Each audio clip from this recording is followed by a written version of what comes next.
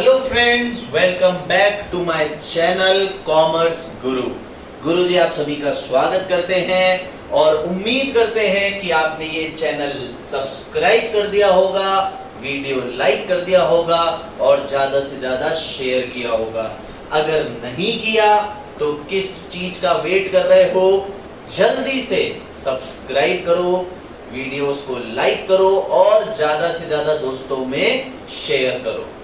चलो, कल अपने फर्स्ट लेक्चर में हमने पहले ये देखा था कि 12th की अकाउंट्स का वेटेज कितना है। तो उसमें हमने देखा कि हमारी पार्टनरशिप 30 मार्क्स की है, हमारी कंपनी 20 मार्क्स की है, नॉट फॉर प्रॉफिट 10 का है और फाइनेंशियल स्टेटमेंट 20 का है। चलो, मैंने शुरू पहले से आपको बताया कि सबसे पहले हम जो शुरू करेंगे वो है अपना पार्टनरशिप, क्योंकि उसका वेटेज सबसे ज्यादा है और हमें सबसे ज्यादा स्कोर करना है। तो पहले पार्टनरशिप को स्ट्रॉन्ग कर लेते हैं, फिर दूसरे चैप्टर्स पे बढ़ेंगे। तो कल अपन ने फर्स्ट चैप्टर स्टार्ट किया था, फंडामेंटल ऑफ पार्टनरशिप, जो आपका फर्स्ट चैप्टर है, जिसका वेटेज 6 से 8 नंबर का रहता है मिनिमम। तो उस चैप्टर का वेटेज वाइज भी बहुत अच्छा है, चैप्टर भी समझने के लिए अच्छा है। तो हमने वो शुरू किया था और हमने उसकी डेफिनेशन कवर करी थी। आपको मैंने बताया था कि पार्टनरशिप एक एक्ट में लगती है, उस एक्ट का नाम है पार्टनरशिप एक्ट 1932। अब डेफिनेशन में मैंने आपको 5 पॉइंट लिखाए थे। अब आपको आश्चर्य होगा जब उन्हीं 5 पॉइंट को मैं पार्टनरशिप के फीचर्स में लिखूंगा। आपने बिल्कुल सही सुना। आज हम पढ़ेंगे फीचर्स ऑफ पार्टनरशिप। पार्टनरशिप के फीचर्स पढ़ेंगे। आपको अगर याद नहीं है तो एक बार मैं याद दिला देता हूं वो 5 पॉइंट क्या थे। पहला, पर्सन, लोग होने चाहिए। दूसरा, वो लोग आपस में एग्री होने चाहिए, तो दूसरा था अपना एग्री। तीसरा, किस चीज के लिए एग्री होने चाहिए?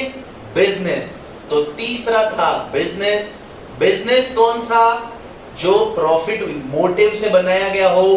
तो चौथा है शेयरिंग प्रॉफिट और प्रॉफिट मोटिव। और पांचवा, जहां पे ऑल कैन वर्क और any of them can act for all. तो 5 फीचर्स वही इसके बेसिक फीचर हैं। पहला, पर्सन, लोग। लोग मिनिमम भी पता होने चाहिए आपको और मैक्सिमम भी पता होना चाहिए। मिनिमम, हमने कल डेफिनेशन भी पढ़ा था कि पार्टनरशिप में कम से कम 2 लोग होने चाहिए। तो पार्टनरशिप एक्ट की डेफिनेशन में ही हमें यह बताया गया कि पार्टनरशिप में कम से कम 2 लोग होने चाहिए। तो मिनिमम नंबर ऑफ पार्टनर्स कितने हो गए? 2। लेकिन क्या आपने डेफिनेशन में देखा था कि मैक्सिमम कितने? आंसर इज नो, क्योंकि डेफिनेशन स्टार्ट होती है व्हेन 2 और मोर। यहां पे वर्ड क्या आ गया? मोर। अब कितने लोग होने चाहिए ये पार्टनरशिप एक्ट में नहीं बताया है। तो मैक्सिमम लिमिट हमें किसने बताई है? कंपनी एक्ट ने, एज पर कंपनीज एक्ट 2013। 2013 में इस एक्ट में अमेंडमेंट आया था और जिस अमेंडमेंट में यह बताया गया कि एक पार्टनरशिप फर्म में मैक्सिमम 50 मेंबर होने चाहिए। क्यों? क्योंकि अगर आप सभी लोग पार्टनरशिप कर लोगे तो कंपनी पे कौन शिफ्ट होगा? तो क्या सिस्टम बनाया गया? 50 मेंबर तक अगर करना है तो पार्टनरशिप बना लो, और अगर आपको 50 से ज्यादा पे जाना है और प्राइवेटली काम करना है तो आप एक कंपनी बना दो, प्राइवेट कंपनी। वो भी एक तरह से पार्टनरशिप ही रहेगी उन 50 से ज्यादा मेंबर में। पर आप चाहो तो 50 से ज्यादा बना सकते हो, लेकिन उसके लिए आपको प्राइवेट कंपनी मतलब कंपनी एक्ट के हिसाब से करना पड़ेगा। Is that clear? 50 से कम पे भी कंपनी बनती है, बट 50 से ज्यादा पे सिर्फ कंपनी बनती है, 50 से कम पे कंपनी बन सकती है। मतलब 50 से कम पे दो ऑप्शन है, या तो पार्टनरशिप या कंपनी, लेकिन 50 से ज्यादा पे सिर्फ एक ही ऑप्शन बचता है, वो है कंपनी। तो वो पहला फीचर आपका क्लियर है कि कम से कम 2 लोग होने चाहिए, ज्यादा से ज्यादा 50 होने चाहिए, और इस 50 की लिमिट कंपनी एक्ट में दे रखी है। हो सकता है इस पर 1 नंबर का क्वेश्चन आ जाए, से X and Y are partner and they want to introduce 49 new partners. Can they do so?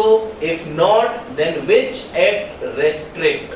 तो आपको लिखना है the maximum number of partners can only be 50. Since X and Y cannot introduce 49 because 49 plus 2 equals to 51. 51 लोग हो जाएंगे वो, तो 50 से ज्यादा मेंबर पार्टनर्स नहीं बन सकते हैं। It is restricted by Companies Act 2013. This will be your answer.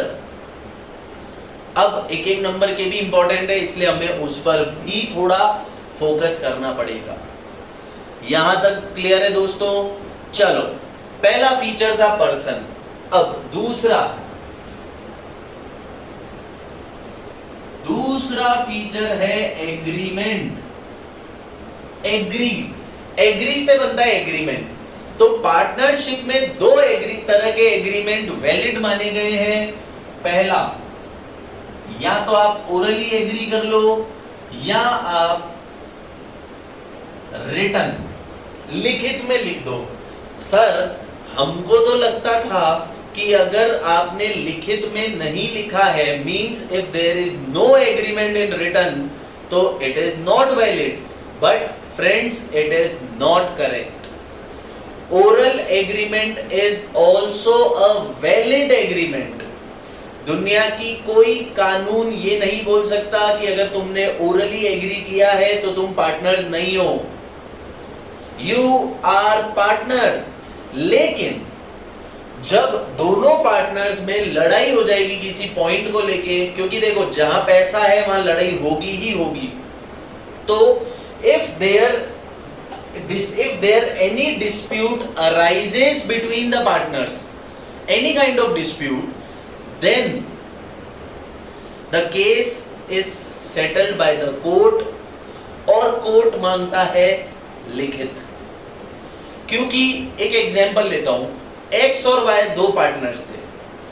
Orally they both agree, X said मैं 60 रखूंगा, तू 40 रखेगा। Y ऑल्सो एग्री कि भाई तू 60 रखना, मैं 40 रखूंगा। अच्छा बिजनेस कर रहे थे, जब तक कर रहे बहुत अच्छा है। लेकिन जब Y की नीयत बदल गई, Y के मन में गुस्सा आने लग गया कि यार मैं 40 क्यों रखूं, जब हम अच्छा कमा रहे तो मुझे भी ज्यादा मिलना चाहिए।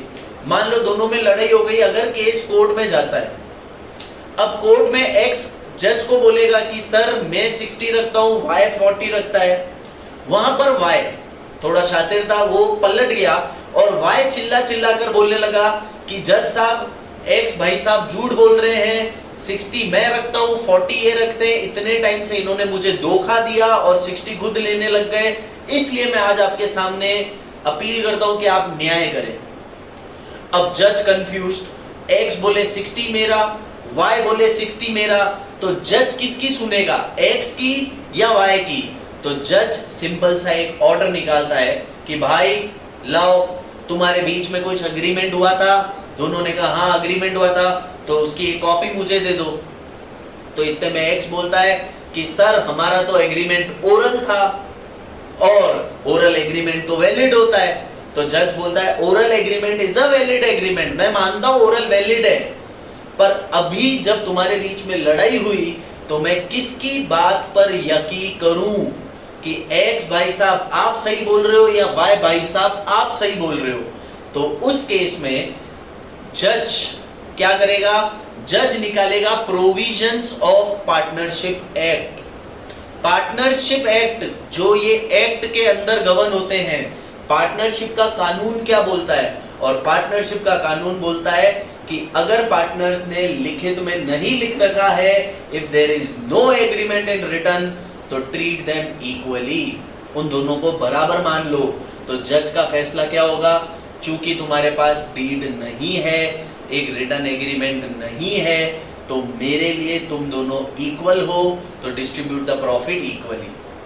अब इसमें घूम फिर के नुकसान किसको हुआ? एक्स को, क्योंकि अगर वो उस समय वाई पे विश्वास न करके वो राइटिंग में एग्रीमेंट बना लेता, तो शायद आज लिखित में अगर रिटर्न एग्रीमेंट होता तो वो प्रूफ होता कि उस समय दोनों के बीच में क्या एग्री हुआ था, और जज एक्स को 60% देता, वाई को 40 देता, लेकिन एग्रीमेंट नहीं था, तो जज को चक मार के डिसीजन यही देना पड़ा कि एक्स भैया आप भी 50 रख लो, वाई भैया आप भी 50 रख लो। तो इसलिए लोग ज्यादातर रिटर्न एग्रीमेंट पे भरोसा करते हैं, क्योंकि फ्यूचर में कुछ भी हो जाए दैट इज अनसर्टेन। बट अभी हम जब डिस्कस करेंगे तो हम ये भी बोलेंगे कि oral agreement are also valid, but written agreement act as a proof at the time of dispute. तो मैं यहां पर लिख देता हूं, written agreement act as a proof at time of dispute. लड़ाई झगड़ों में रिटर्न एग्रीमेंट प्रूफ का काम करता है। और आप सभी को मैं बता दूं कि रिटर्न एग्रीमेंट को हम बड़े ही प्यार से पार्टनरशिप डीड बोलेंगे। क्या बोलते हैं? Partnership deed. तो ये टॉपिक बहुत वास्ट है, अपन इसको कवर करेंगे अच्छे से। पार्टनरशिप डीड में क्या होता है, नेक्स्ट टॉपिक अपन वही लेंगे। पर आज ये समझ लो कि एग्रीमेंट दो तरह का होता है, एक होता है ओरल और एक होता है रिटर्न। ओरल एग्रीमेंट एक वैलिड एग्रीमेंट है, पर रिटर्न एग्रीमेंट प्रूफ का काम करता है at the time of dispute. और रिटर्न एग्रीमेंट को हम क्या बोलते हैं? Partnership deed. यहां तक कोई लोड? चलें आगे। नेक्स्ट सर, हमने 2 पॉइंट तो कवर कर लिए। पहला तो लोग होने चाहिए कम से कम 2, ज्यादा से ज्यादा 50। दूसरा, वो लोग आपस में एग्री होने चाहिए। अब एग्री कैन बी ओरल और कैन बी रिटर्न। अच्छा, अगर क्वेश्चन आपके सामने मैं ये रख दूं कि state the difference between agreement and deed, is there any difference? तो answer is yes. An agreement can be oral और written, whereas a written agreement is a deed. मतलब deed is a part of agreement, but agreement is a wider term. It also covers oral agreement too. तो याद रखना, deed और agreement में फर्क रहता है। बच्चों को लगता है अरे यार deed बन गई मतलब agreement है। सही बात है, deed बन गई agreement हो गया, but that is a written agreement. And if there is an oral agreement, then too it is an agreement. Is it clear? Next चलते हैं। तीसरा, भाई वो एग्री किस चीज के लिए होने चाहिए? तो they must agree for some business. और बिजनेस कौन सा होना चाहिए? It should be legal in eye of law. कानून की नजरों में वो एक लीगल बिजनेस होना चाहिए। फॉर एग्जाम्पल, अगर एक्स और वाई ने मिलकर स्मगलिंग, ड्रग्स बेचना, गोल्ड स्मगल करना, पुराने जमाने में होता था ना, अपन नहीं देखते थे, मतलब बोट में आती है ना, स्मगलिंग होती थी रात को। अगर इस तरह का बिजनेस स्टार्ट किया, या मान लो चलो उन्होंने दादागिरी का चालू किया, किसी को लटकाना है, टपकाना है, चमकाना है, हड़काना है, या इस तरह का कोई भी बिजनेस चालू किया, किडनैपिंग, एक्सटॉर्शन, किसी तरह से वो पैसा वसूल करते हैं इलीगल वे में। और मान लो उन लोगों में डिस्प्यूट हो गया, वो कोर्ट में जाएंगे, तो कोर्ट बैठ के उनकी सुनवाई करेगा कि उन दोनों को अंदर फिट करेगा। सोच के देखें, कोर्ट उन दोनों की कोई सुनवाई नहीं करने वाला है। कोर्ट उन दोनों को पकड़ के बोला भाई साहब अंदर जाओ। तो बिजनेस, क्या वो एक बिजनेस कर रहे हैं क्या? दादागिरी एक बिजनेस है क्या? गुंडागर्दी एक बिजनेस है क्या? नहीं। बिजनेस कौन सा होना चाहिए? Business must be legal. एक लीगल बिजनेस होना चाहिए in the I of law. कानून की नजरों में वो एक लीगल बिजनेस होना चाहिए। इलीगल अगर आप कोई काम करते हो तो उसको बिजनेस की डेफिनेशन नहीं मानी गई है। तो अगर वो एक बिजनेस ही नहीं है तो सोच के देखो वो पार्टनरशिप कैसी। बिजनेस होगा तो पार्टनरशिप होगी, बिजनेस ही नहीं तो पार्टनरशिप भी नहीं। Is that clear? तो 3 पॉइंट अपने कवर हो गए। लोग होने चाहिए, वो आपस में एग्री होने चाहिए, बिजनेस होना चाहिए। चौथा है अपना प्रॉफिट मोटिव।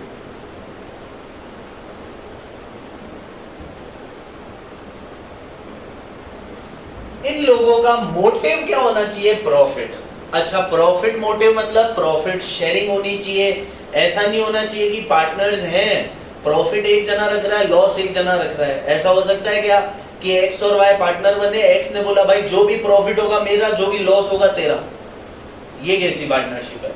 अब इसमें इंपॉर्टेंट क्या है कि all the partners should distribute the profits और लॉसेस अमंग देमसेल्व्स। यहां पे प्रॉफिट ही लिखा है, इस प्रॉफिट की डेफिनेशन में लॉस भी कवर है कि अगर लॉस हो गया तो partners should be liable for distributing that loss. Profit होगा तो सब दौड़ते आएंगे, लॉस में कोई नहीं आएगा। पर आपको याद रखना है कि प्रॉफिट बटेगा तो उसी तरह से लॉस भी बढ़ता है। अब इसमें इंपॉर्टेंट ये है कि एक एक्सेप्शन ये है कि माइनर कौन होता है? आप लोगों को पता है, minor below the age of 18, जो 18 साल से छोटे होते हैं उसको माइनर बोलते हैं। तो माइनर क्या पार्टनर बन सकता है? तो माइनर पार्टनर बन सकता है with the consent of all other partners, लेकिन माइनर सिर्फ और सिर्फ प्रॉफिट के लिए ही एडमिट हो सकता है। अगर फ्यूचर में कभी लॉस हो गए तो minor is not liable to bring the cash for loss. Minor अपनी जेब से पैसे नहीं भरेगा लॉस के। प्रॉफिट होता है फ्यूचर में तो माइनर खुशी खुशी लेगा, पर लॉस के केस में वो हाथ खड़े कर सकता है। ये कानून बना है। अब अगर अदर पार्टनर इस बात को लेके सहमत है कि हाँ यार तू आजा, कोई बात नहीं, तू प्रॉफिट ही रख लेना, लॉस होगा तो हम देख लेंगे, तो आप उस केस में माइनर को एडमिट कर सकते हो। और अगर दे आर नॉट एग्री तो minor can not become a partner. तो प्रॉफिट में चौथा पॉइंट है अपना प्रॉफिट, जिसमें ये कवर है कि पार्टनर्स को आपस में प्रॉफिट शेयरिंग करनी चाहिए। Profit also cover loss. ये मत बोलना कि सर आप तो प्रॉफिट शेयरिंग कर रहे हो तो लॉस हो गया तो क्या होगा? तो loss is also covered under the definition of profit. यहां तक क्लियर है? चलो 4 पॉइंट हो गए। अब आते हैं अपने 5वें पॉइंट पे। 5वां पॉइंट है अपना रिलेशनशिप। अपन ने लाइन पढ़ी थी, याद हो तो, है ना? याद करो वो लाइन क्या है? Where all partners can run the business और any of them can act for all. जहां पे सारे पार्टनर बिजनेस चला सकते हैं या कोई एक पार्टनर भी दूसरे के बिहाफ पे चला सकता है। तो ये किस रिलेशनशिप को दर्शाता है? यहां पर रिलेशनशिप अपने रिश्ते लेके मत बैठ जाना, भाई बहन, माता पिता, 2 लवर्स या ऐसा कोई रिश्ता नहीं है। रिलेशनशिप का मतलब कि उनके बीच का रिलेशन क्या होना चाहिए? That should be a mutual consideration, mutual agreement, mutual agency. वो रिलेशनशिप की बात कर रहा है और उस रिलेशनशिप को प्रिंसिपल एंड एजेंट रिलेशनशिप भी बोला गया है। तो याद रखना, रिलेशनशिप को प्रिंसिपल एंड एजेंट रिलेशनशिप भी बोला गया है। अब मन में एक सवाल जरूर आ रहा होगा कि सर ये प्रिंसिपल और एजेंट रिलेशनशिप क्या है? समझो, एजेंट, पहले इनका मतलब समझ लोगे तो अपने आप ये क्लैरिफाई हो जाएगा। एजेंट कौन होता है? The agent is a person who act on behalf of some other person। मतलब एजेंट वो लोग होते हैं जो किसी दूसरे के बिहाफ पर काम करते हैं। You got my point? अगर मान लो एक्स और वाई पार्टनर है, वाई को कहीं जाना पड़ गया, शादी में जाना पड़ गया, वाई बीमार हो गया, किसी भी कारण से वाई बिजनेस में नहीं आ पा रहा है, तो क्या एक्स भी दुकान बंद कर देगा? नहीं, x will also act on his behalf. मान लो वाई को मीटिंग में जाना था, वाई की तबीयत खराब हो गई, वाई ने बोला एक्स को कि यार भाई मैं नहीं जा पाऊंगा, मीटिंग बहुत इंपॉर्टेंट है, दोस्त तू मेरी जगह चला जा। तो X act on behalf of Y, Y की जगह एक्स गया मीटिंग में, मीटिंग उसने कंडक्ट कराई। तो what here X is playing, X is the playing a role of an agent. X Y के एजेंट का रोल कर रहा है,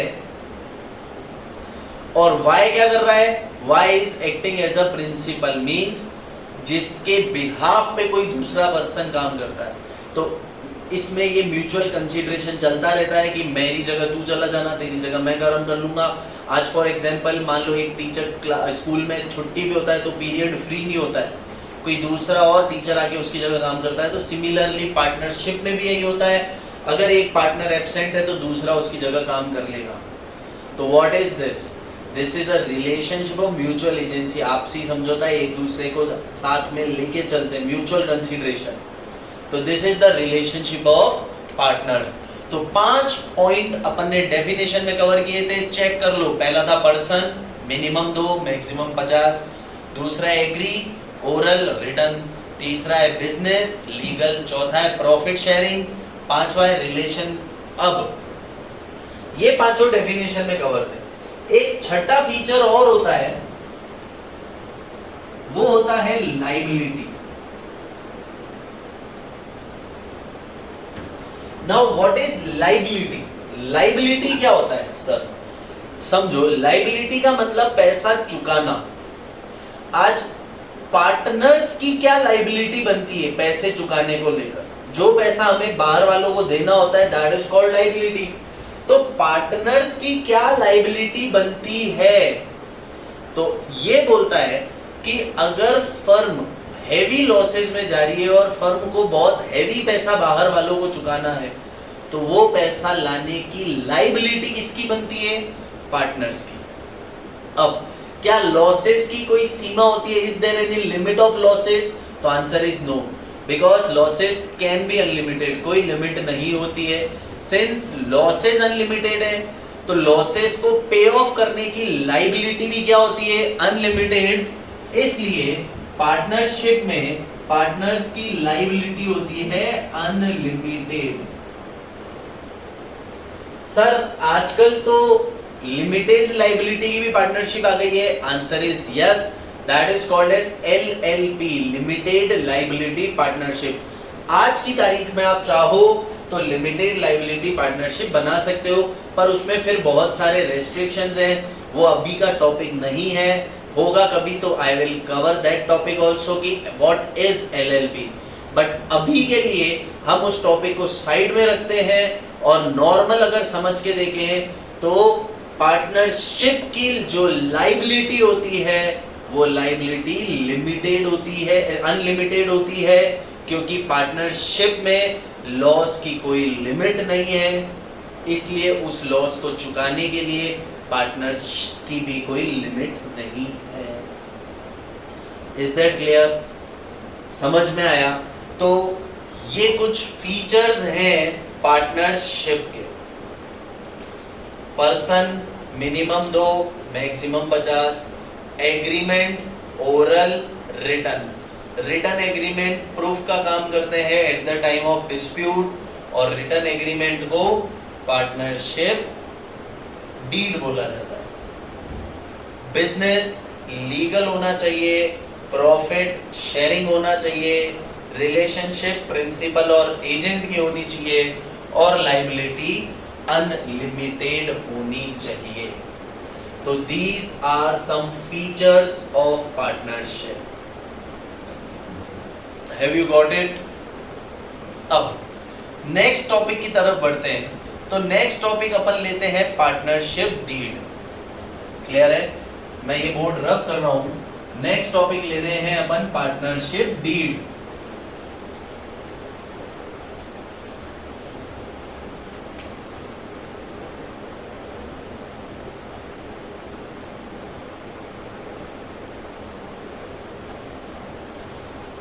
व्हाट इज पार्टनरशिप डीड? क्या होती है पार्टनरशिप डीड? आप क्या समझते हो पार्टनरशिप डीड का मतलब? तो पार्टनरशिप डीड अभी मैंने बताया था एक रिटन एग्रीमेंट है, एक रिटन एग्रीमेंट है, means when the oral agreement is written on a deed, that deed is called as partnership deed. तो अगर मैं इसको सिंप्लीफाई करूं तो it is a written agreement between whom? Between partners for what? क्यों लिखते हैं वो? भाई पार्टनरशिप की टर्म्स एंड कंडीशंस पे, related to terms and conditions of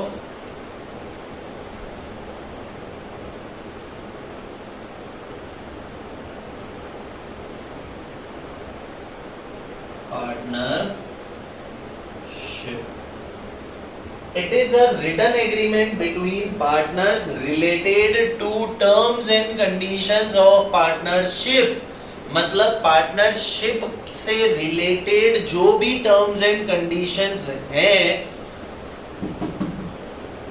उसको अगर आप रिटन एग्रीमेंट में लिख देते हो तो उस रिटन एग्रीमेंट को बोलते हैं partnership deed. Is that clear? अब मन में एक सवाल आ रहा है कि सर डीड में क्या क्या इंक्लूड होता है?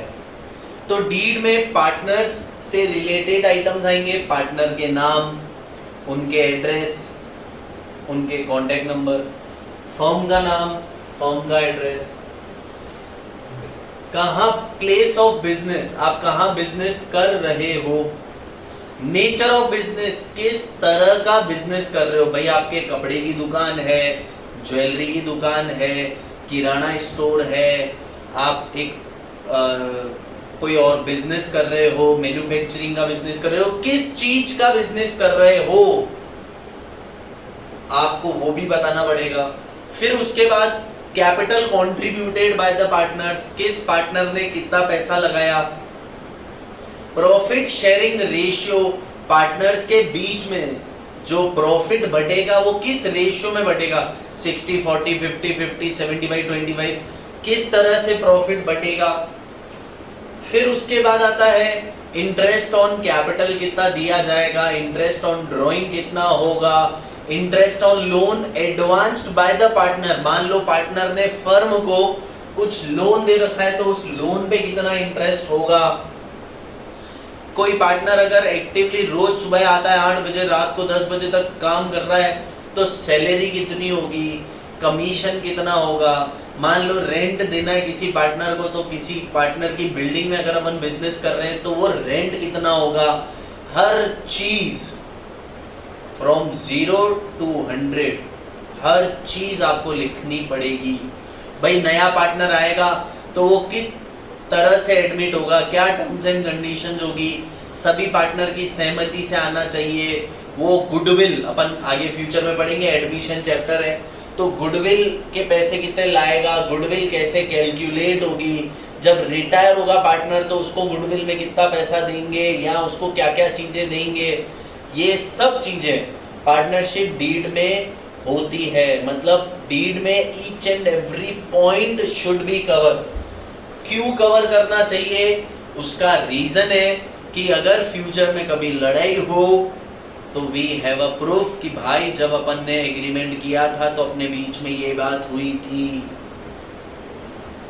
Is that clear? यहां तक कोई लोड इजी है? तो सिंपल सा कल हमने कवर की थी पार्टनरशिप की डेफिनेशन, आज अपन ने कवर करा पार्टनरशिप के फीचर्स और मैंने थोड़ा सा पार्टनरशिप डीड समझाया। अब कल मैं जो स्टार्ट करूंगा that will be the most important portion. कल थोड़ा प्रैक्टिकल समझेंगे कि फर्म के लिए क्या एक्सपेंस होते हैं, क्या इनकम होती है, फर्म उन एक्सपेंसेस और इनकम को कहाँ रिकॉर्ड करती है। तो कल वाला लेक्चर्स बहुत इंपॉर्टेंट रहने वाला है, तो स्टे ट्यून्ड। अभी भी अगर आपने सब्सक्राइब नहीं किया है तो जरूर कर लें, so that you can get notification whenever I upload the new lecture. Stay tuned, कल मिलते हैं दोस्तों। जल्दी से जल्दी इस वीडियो को लाइक करें, दोस्तों में शेयर करें और प्लीज सब्सक्राइब करना न भूलें। Thank you, have a nice day.